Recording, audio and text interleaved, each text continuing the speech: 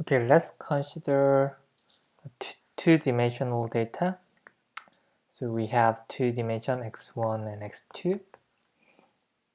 And let's say we have a bunch of data points located here. So each dot represents a data point. So since each data point belongs to two-dimensional space, each data point has two elements which represent the location of the data point. So let's say xi1, xi2 is the element of data, which is xi. Okay. So let's say we have n number of data points from x1 to xn, and we want to describe the whole data point x1 through xn using one vector pi, which consists of pi1 and pi2 element because we have two-dimensional space, and scalar values, n number of scalar values from g1 to gn. And we want to represent all data vector from x1 through xn using this single vector pi and n number of scalar values.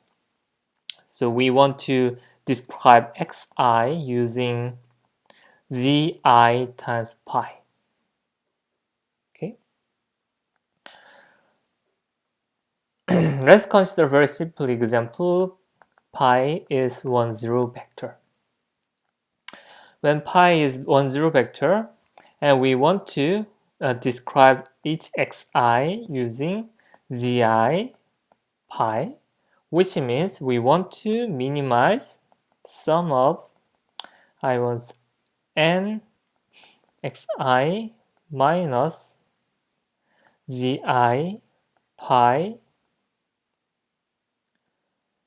square. Okay, so we want to minimize z1 through zn.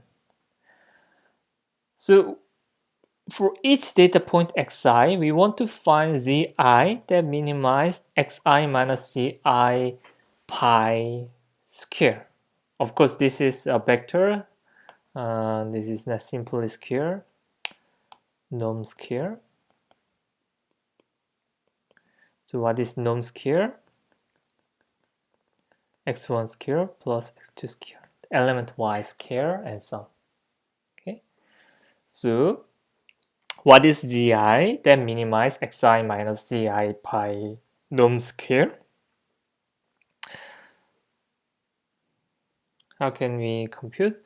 So this is basically the inner product between xi minus zi pi and xi minus zi pi by definition.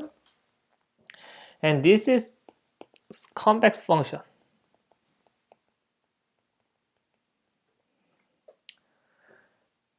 And there's no constraint on zi. We can take the value from minus infinity to infinity. So where is the optimal point that minimizes this convex function? The optimal point zi is the point where we have zero gradient value. So from this, we can easily find out zi that minimizes this convex function. This is xi pi inner product over pi and pi inner product. And since here we have a unit length vector, this is xi pi inner product. Okay. So using this zi and pi, we can approximate xi in this way. We approximate xi in this way. Pi times pi and xi inner product because this is zi, which is equivalent with pi transpose xi. And what is this pi and pi transpose? Essentially, when we assume the normal pi is 1, when pi is unit vector, this is the projection matrix.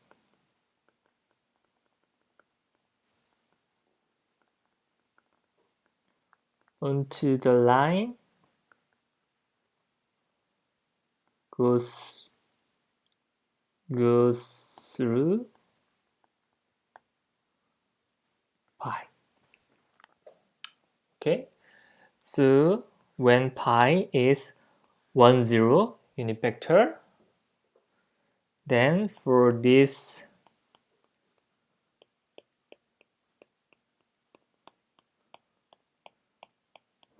data point, when you consider pi as 1, 0 vector, you take the line, goes through this pi vector, and take the projection. So what is projection? Go to find the shortest path onto the line and find the cross point. Same thing here. So we can represent all data points using pi and z, and all the approximation located on this line and like this. Okay, so this blue line is kind of approximation point using the predefined pi vector. Okay, but when you compare the original data point here and the projected point here, there are huge error. Essentially, it looks like we lose some information because of the projection process. So here, because of the projection process, we lose all the information related to pi x2, this axis, and it looks like the x2 axis information also useful because data point contain x2 as well, right? So now let's think we can control the pi as well. We want to find the pi vector that has unit length, but also that can minimize the distance between the projected point, the total distance between the projected point and original point. Basically, here we want to find optimal direction that has unit length and minimize the total distance between xi minus pi transpose xi normed square. Okay, so we want to find pi because we want to find the best direction that can well describe the original data point. Okay, so then what is the optimal pi? So again, we can rewrite this term as this. Inner product between xi minus pi transpose xi minus pi transpose xi. So when you compute this term, this is xi transpose xi minus 2 xi pi transpose xi, xi transpose pi transpose xi plus xi transpose pi transpose pi transpose xi but this is equal to pi transpose because the pi length is equal to 1.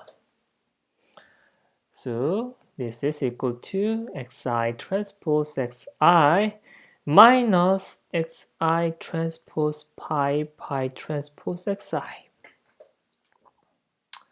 Okay. And this term does not depend on pi. So the original problem is equivalent to maximize sum of I1 to n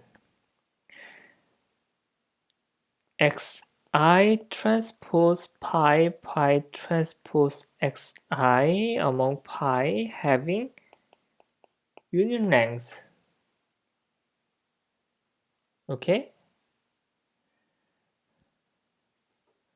This is very powerful. Or we can say this as well. This is equal to xi transpose pi square. This is equal to pi transpose xi transpose pi. Okay. So this is the process. How can we find the optimal direction pi? So using this equation, when we find the solution, maybe in the previous example, we will have very nice direction. So for instance, when we have this data set, maybe we can find this pi. And when we consider the line goes through this optimal pi direction, all the projected point is very well described the original point. Okay, so this is very nice. Why? First of all, so using this principal, so actually this is called principal component. The principal component is the direction that is most efficient direction that can describe all the data point using a sequence of scalar values. Okay, so originally we have x1, x2, x3 up to xn, and each data point has two-dimensional data. But using this principal component pi, we have only scalar values for each data point. So now we have to deal with a one-dimensional, single-dimensional data instead of two-dimensional data. So naturally, we can save the number of parameters if you design a machine learning algorithm based on the z vector, z values. No, not vector, this is scalar. Okay. So this is why people use the principal component analysis. So this is called principal component analysis, PCA, and PC, principal component, is the direction that is the most efficient direction that can describe all the data points using scalar values G1, Gn, and the process extracting the principal component is the principal component analysis. Right. So after PCA, we have a one-dimensional value instead of two-dimensional value. We can save the number of parameters with very minor rules on your information. So we can expect better generalization error, and we have very good performance.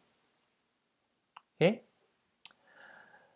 But if our PCA lose too much information, so for instance, if you have too far away from your projected line, the principal component line, although data point has some significant distance to the principal component. So for instance, if your data is located like this, And then the principal component looks like lose many information from the projecting process. I see in that case, it is very hard to expect performance improvement by principal component analysis because due to the high information loss, we will have high training error. So if you have high training error, although you have very nice generalization gap between training and test error, baseline, the training error is high, your test error also high, although the difference is small. Okay, so in that case, principal component analysis is not good idea. But if your data point looks like this black data point, all the projection process looks like lose almost nothing. The distance is negligible compared to the information spread on this line. Then in that case, we can save the number of parameters, so we can expect better generalization error. And also, in sometimes this direction, non-principal component looks like noise. So, principal component side effect is we can erase noise that can cause some unnecessary error. Okay.